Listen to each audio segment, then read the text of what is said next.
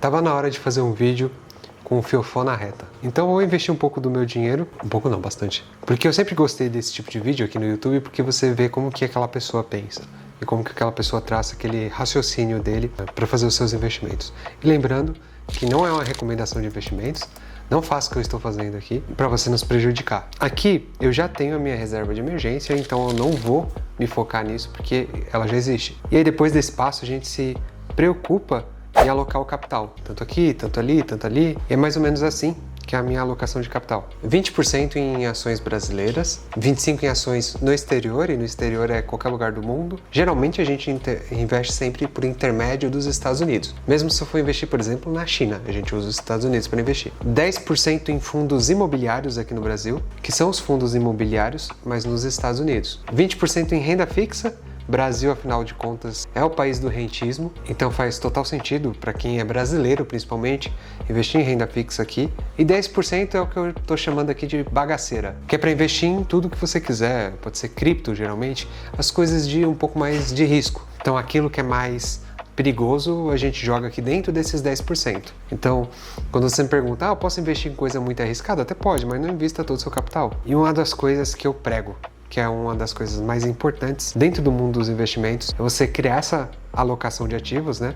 A gente chama isso em inglês de Asset Allocation. Por que eu tô falando o nome em inglês? Porque existe um artigo científico chamado Asset Allocation Politician, alguma coisa nesse sentido, que demonstra que boa parte do seu retorno sobre o investimento que você faz está dentro de seguir essa política de alocação de ativos, seguir esse percentualzinho que você estipulou lá no começo da sua carreira como investidor. Então, quanto mais bem distribuído essa política, costuma ser melhor. Óbvio, a escolha de bons ativos também entram aqui. Mas imagine só, eu quero investir em ativos brasileiros, ações brasileiras, 20%. Desses 20% não vai ser 20% de Itaú. Então, ali eu vou comprar as empresas que eu quero. Digamos que eu compre 10 empresas para ficar um número fácil. Teoricamente, 2% em cada empresa. Então, se uma ação zerar, que isso muito pouco provavelmente aconteceria, eu ia perder 2% do total do meu capital. Ou seja, aqui a gente tem aquela distribuição de não ter todos os ovos na mesma cesta e faz com que a gente se previna de perder dinheiro, que dentro do mundo dos investimentos é uma das coisas mais importantes. Para investir em cripto eu vou utilizar a BitBank, que antigamente era Biscoint. Ela foi adquirida faz pouco tempo e virou BitBank. E para investir no exterior eu uso um banco no exterior, eu não compro BDR, até porque você perde uma das principais coisas de investir no exterior quando você compra uma BDR, que é o risco político. Então, se eu compro uma BDR, por mais que eu estou investindo numa ação no exterior, eu estou investindo por intermédio do Brasil. Então, eu ainda continuo com risco político. É melhor que eu faça essa fuga de capital para o exterior direto. Hoje eu utilizo a Avenue e é por ela que a gente vai investir lá no exterior. O capital que eu vou investir é esse que está aparecendo aí para você. Tem um pouquinho em cada um desses bancos e da exchange que eu falei também, mas no final das contas não passa muito desse valor. Aí uma das primeiras coisas que você precisa prestar atenção, começando a investir agora, geralmente você não vai fazer um aporte igual o meu de 70 pau, você vai fazer um aporte bem menor, às vezes, né? Às vezes você é bem rico e você tá me assistindo aqui. Então você não precisa distribuir, sei lá, R$100 dessa forma, até porque dependendo do que você vai comprar, se vai pagar alguma taxa, nem vale a pena. Você pode começar já investindo R$100, sei lá, num fundo imobiliário o primeiro mês. No outro mês, os outros R$100, você investe numa ação brasileira. E assim vai indo. Óbvio que R$100 é bem pouco. Então, para começar a investir, é até interessante. Mas seria mais interessante que você melhore esse aporte mensal. Nesse vídeo aqui, que está nos cards aparecendo para você, eu comento um pouco sobre isso. Vamos começar investindo em fundo imobiliário. Fundo imobiliário é o querido de boa parte das pessoas brasileiras, né, principalmente, porque brasileiro tem muito essa tara por aluguel, não sei porquê. Existe o conceito do aluguel que todo mundo já conhece, né, que é comprar um imóvel e alugar ele e receber um aluguelzinho todos os meses. Mas particularmente, eu acho que o aluguel de um fundo imobiliário é muito mais interessante mesmo. Porque veja, você vai investir um dinheiro esse dinheiro vai te render um aluguel, você não vai se preocupar com o IPTU, você não vai se preocupar com o inquilino enchendo o seu saco, você não vai se preocupar com vacância é quando não tem inquilino ou o imóvel está vazio, você não vai se preocupar com uma série de coisas. Outra coisa, você não vai pagar imposto de renda, que é uma das principais vantagens, né? Você não pagar imposto de renda sobre o aluguel que você recebe. Mais uma coisa, assim como o imóvel físico, os papéis que são lastráveis em imóveis físicos, né? Basicamente é um imóvel físico ali que você está comprando em formato de papel, eles também se valorizam no decorrer do tempo. Veja esse gráfico que está aparecendo aí para você. A linha laranja basicamente é o rendimento que todo mês você recebe ali do fundo imobiliário, e a linha azul, um pouquinho mais escura, é a valorização desse fundo imobiliário. Então digamos que eu pus ali R$100, depois de um tempo vira R$150. Então eu não ganhei só os aluguéis desse período, eu também ganhei o rendimento da valorização desse período. O rendimento da valorização, esse exemplo que eu falei, 100 para 150, você paga imposto de renda, caso esses R$50 só. Então essa valorização você vai pagar imposto. E eu também queria te lembrar que existem vários fundos, não só os imobiliários, existem fundos mútuos, fundos de investimento, cada um com a sua tese de investimento, cada um com sua forma de investir. E também dentro dos fundos imobiliários existem vários tipos de fundos imobiliários, híbrido, de tijolo, de papel, então não é uma coisa só. Eu particularmente prefiro fundos de tijolo, porque eles geralmente têm alguma coisa específica ali como um ativo. Então eles costumam ter um galpão logístico, eles costumam ter uma laje corporativa, um imóvel físico mesmo atrelado a esse fundo imobiliário. Um fundo de papel, geralmente, ele gerencia CRI, LCI, LH, que são créditos, né? Basicamente ele gerencia dívidas e recebe por isso, mas são dívidas voltadas para o mercado imobiliário. Então eu prefiro esses fundos focados em tijolo, que a gente costuma chamar, porque eles são vinculados a alguns imóveis. Eu vou investir também em um fundo imobiliário híbrido. Híbrido, como o próprio nome diz, ele é híbrido. Então ele não é só tijolo, mas ele tem algumas outras características que envolvem esses outros fundos que eu falei, tipo papel. Vamos para a prática aqui. Bom, vou usar o BTG Pactual para fazer esses investimentos e eu nunca utilizei o BTG.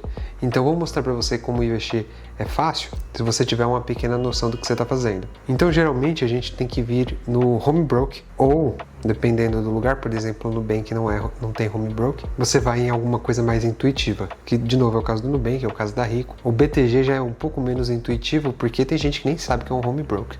Aqui dentro do home broker eu vou ter que adicionar algumas ferramentas de uso. O book de ofertas, negociações realizadas, é interessante. Beleza. Aí veja, nunca utilizei e está sendo intuitivo para quem já investe, que é o meu caso. Eu estou vendo ali, aqui embaixo tem negociação e aí eu clico em comprar depois. Dentro de comprar, aí aqui, essa é a tela que eu queria desde o começo. Eu digito KNRI11, que vai ser o primeiro fundo que eu vou comprar. Eu vou comprar mais ou menos uns 3 mil e alguma coisa. Por que KNRI11? Eu já fiz meu dever de casa e pesquisei qual que era o melhor fundo para comprar dentro daquilo que eu prego, como o que é sendo o melhor. KNRI11 é um fundo híbrido, então ele não tem só lajes corporativas, galpões, esse tipo de coisa. Eu aconselho sempre que você pesquise os ativos do fundo, para você saber o que aquele fundo tem, antes de fazer a compra, né? Na verdade, você tem que fazer o seu dever de casa, tem que pesquisar antes de comprar. Então, às vezes, você vai demorar muito mais tempo fazendo essa análise do que comprando mesmo. Apesar do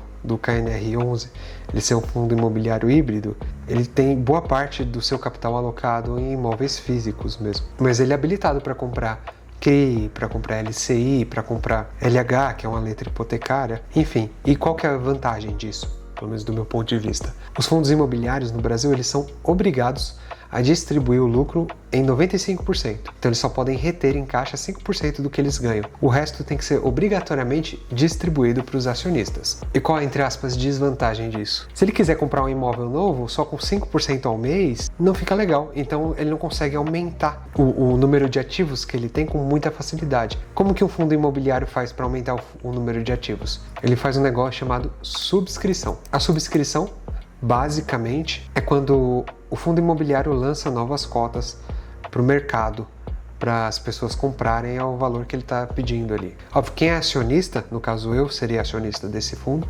tem o chamado direito de preferência. Então eu posso comprar primeiro antes do pessoal novo, né? O pessoal que está comprando a mercado quando ele estiver lançando. E eu só posso comprar na medida das ações que eu tenho. Então, por exemplo, 10%. Então eu tenho 10 ações, eu posso comprar uma ação no valor que ele está vendendo, que às vezes é mais barato, às vezes não, depende, tem que estudar para ver se compensa quando ele faz esse tipo de coisa, que é a chamada subscrição. E veja que eu estou passando brevemente pelos assuntos aqui, porque esse vídeo geralmente é para quem entende um pouco mais de investimento, porque eu já estou falando como eu estou alocando meu capital. Então, se você está perdido em alguma coisa ou outra, não esquece de se inscrever no canal e começa a consumir o conteúdo aqui dentro para você entender desse tipo de coisa.